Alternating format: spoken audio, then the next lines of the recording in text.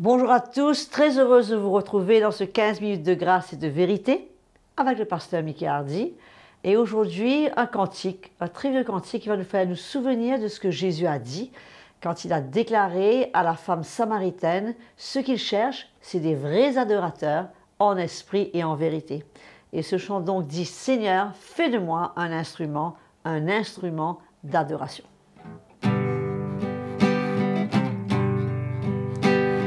Fais de moi un instrument d'adoration. J'élève mes mains en ton nom. Fais de moi un instrument d'adoration. J'élève mes mains en ton nom. Je te chanterai toujours un chant d'amour, d'adoration. J'élève mes mains en ton nom. Je te chanterai toujours un chant d'amour, d'adoration. J'élève mes mains en ton nom. Je te chanterai toujours un chant d'amour, d'adoration.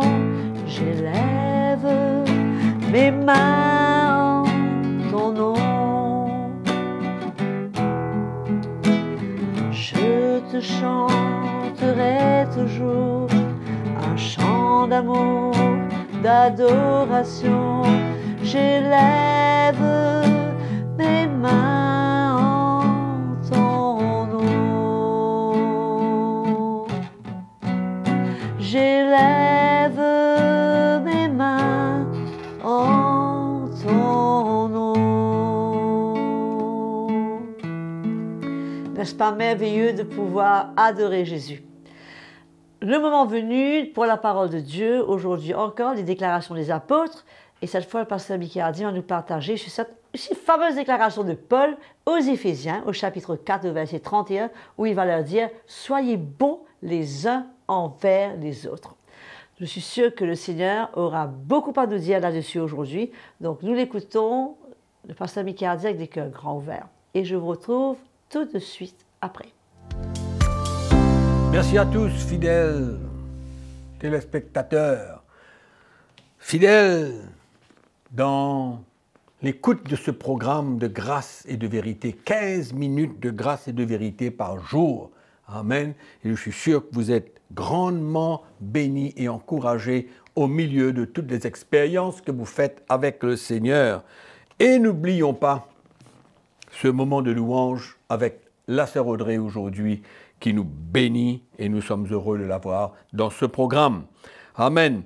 Donc, nous parlons des déclarations des apôtres. C'est notre thème qui va continuer et c'est encourageant de pouvoir comprendre et d'attester le cœur de ces hommes qui ont donné leur vie pour Christ et qui nous révèlent aujourd'hui par le Saint-Esprit les choses qui ont été cachées depuis longtemps, mais comme la Bible dit, qui sont maintenant révélés à l'Église. Alléluia. Donc aujourd'hui, nous allons écouter ce que l'apôtre Paul a à dire dans son épître aux Éphésiens. Paul aux Éphésiens, chapitre 4. Nous allons lire 2 versets, les derniers versets de ce chapitre.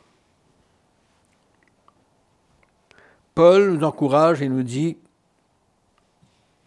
que toute amertume, toute animosité, toute colère, toute clameur, toute calomnie,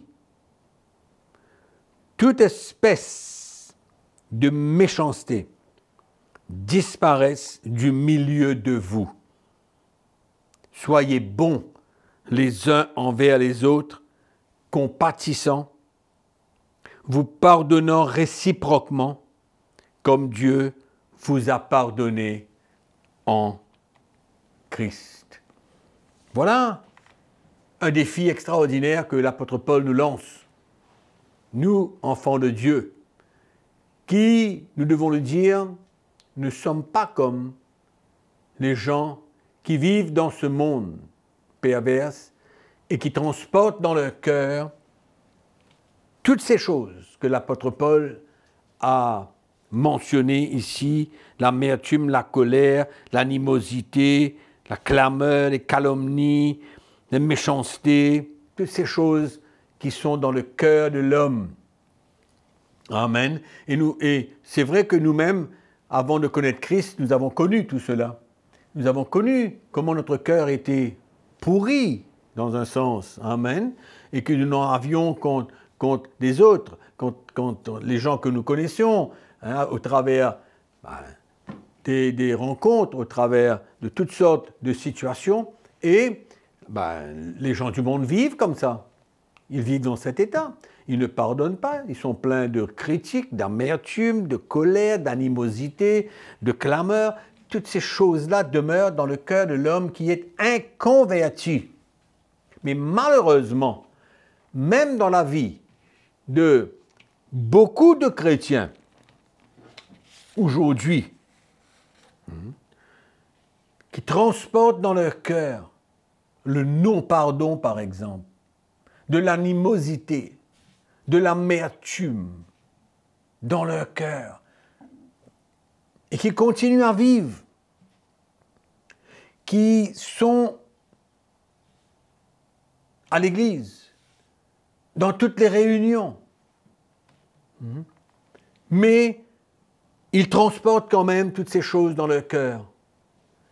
Comment peut-on servir le Seigneur dans cet état? Est-ce que nous avons l'approbation de Dieu? Est-ce que nous avons le sceau de Dieu dans notre vie? Est-ce que Dieu approuve cet état de cœur, ces attitudes? Amen. Jésus a dit, car c'est de l'abondance du cœur que la bouche parle. Alléluia. Et souvent, on n'a pas besoin d'entendre des paroles. C'est seulement ce qu'on ressent qui habite le cœur de l'homme, qui réside dans le cœur de l'homme, comme l'amertume, l'animosité, etc., le non-pardon. Ce sont des attitudes qui se manifestent. Et l'apôtre Paul nous dit que toutes ces choses-là, bien dit ici, que toutes ces choses-là disparaissent du milieu de vous. Ce qui nous montre clairement que dans le corps de Christ, entre frères et sœurs, nous sommes appelés à vivre en paix. Amen. Avoir un cœur pur les uns envers les autres. De ne pas en vouloir à aucun de nos frères et de nos sœurs. Même s'il y a des choses qui se sont passées, qui ne vous plaisent pas, qui vous ont atteint vous directement, mais de la même manière que le Seigneur nous a pardonné, nous sommes appelés à pardonner et ne pas transporter de l'animosité, de la rancune et toutes les choses comme celle-là, amertume, dans notre cœur. On ne réalise pas comment ça peut pourrir notre vie. On ne peut pas s'épanouir dans ces conditions comme celle-là. On ne peut pas s'épanouir spirituellement. On ne peut pas profiter aux autres. On ne peut pas porter grand-chose dans la vie des autres quand nous transportons nous-mêmes tout ce que Paul a mentionné. Mes frères et sœurs, nous sommes appelés à vivre en paix les uns envers les autres. En paix. Que nous puissions ressentir le cœur de chacun. Cette bonté, cet amour du Seigneur les uns envers les autres. Amen. Avec le Seigneur, comment peut-on vivre comme cela? Ce n'est plus le temps de rechercher des choses puissantes.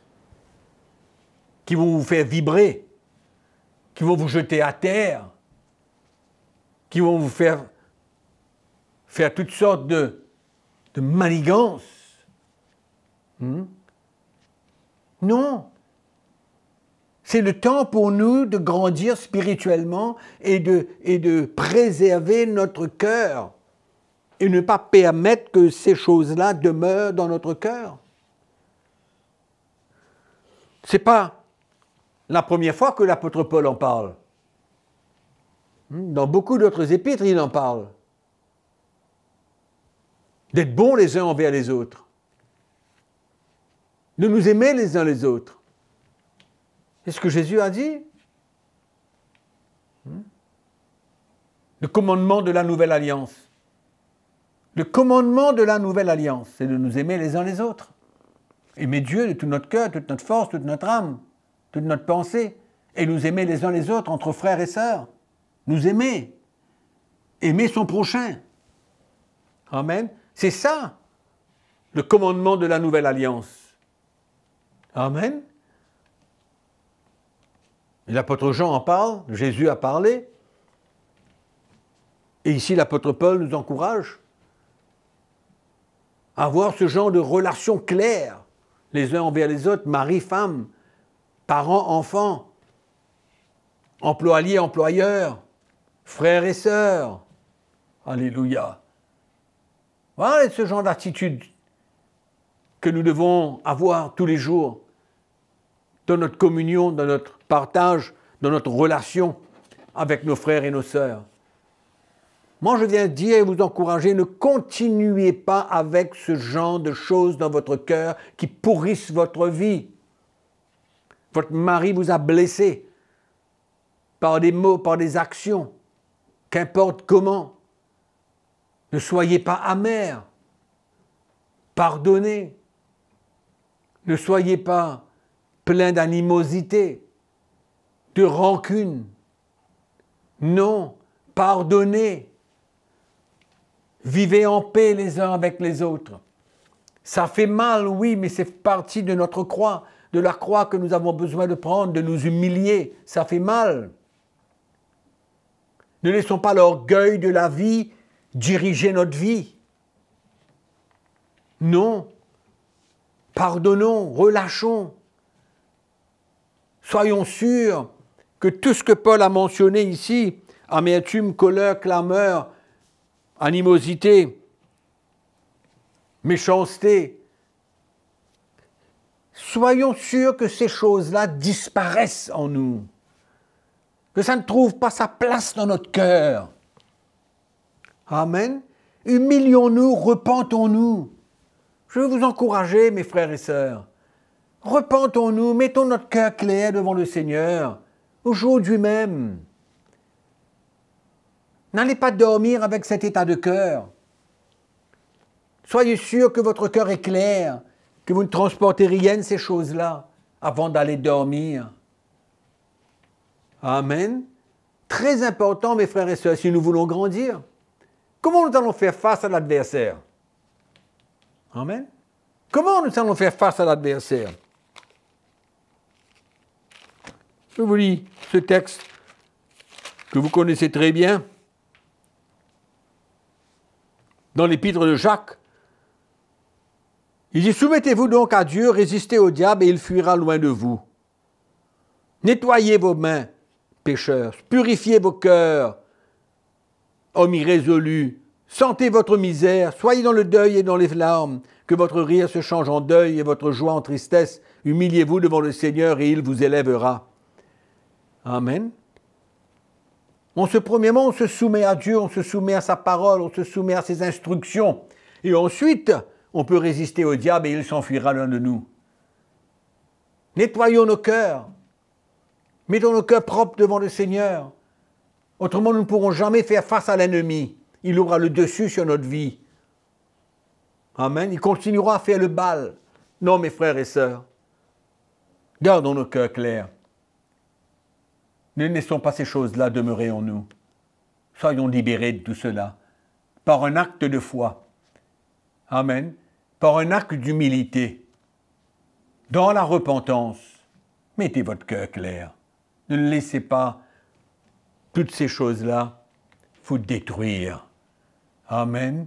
Que le Seigneur vous encourage, que le Seigneur vous bénisse et que vous faites ce pas d'humilité sans laisser notre orgueil nous diriger. Que le Seigneur vous bénisse et entre-temps, que la grâce du Seigneur soit avec vous, sans oublier toujours que nous vous aimons. Amen, et que Jésus vous aime. Gloire à Dieu. Paul nous donne la clé d'une vie de victoire dans la deuxième partie de ce verset où il nous dit « vous pardonnant réciproquement ». Mes frères et sœurs, je crois que c'est une clé pour que chacun de nous, nous puissions vivre en paix non seulement avec nous-mêmes, mais les uns avec les autres et en harmonie. C'est de pouvoir vraiment se pardonner et de pouvoir grandir dans le Seigneur et garder un cœur pur les uns envers les autres. Je vous retrouve sans faute pour la prochaine session avec le pasteur Mickey Hardy. Et jusque-là, vous vous aimez les uns les autres, vous vous pardonnez les uns les autres et vous vous soutenez les uns les autres. Amen.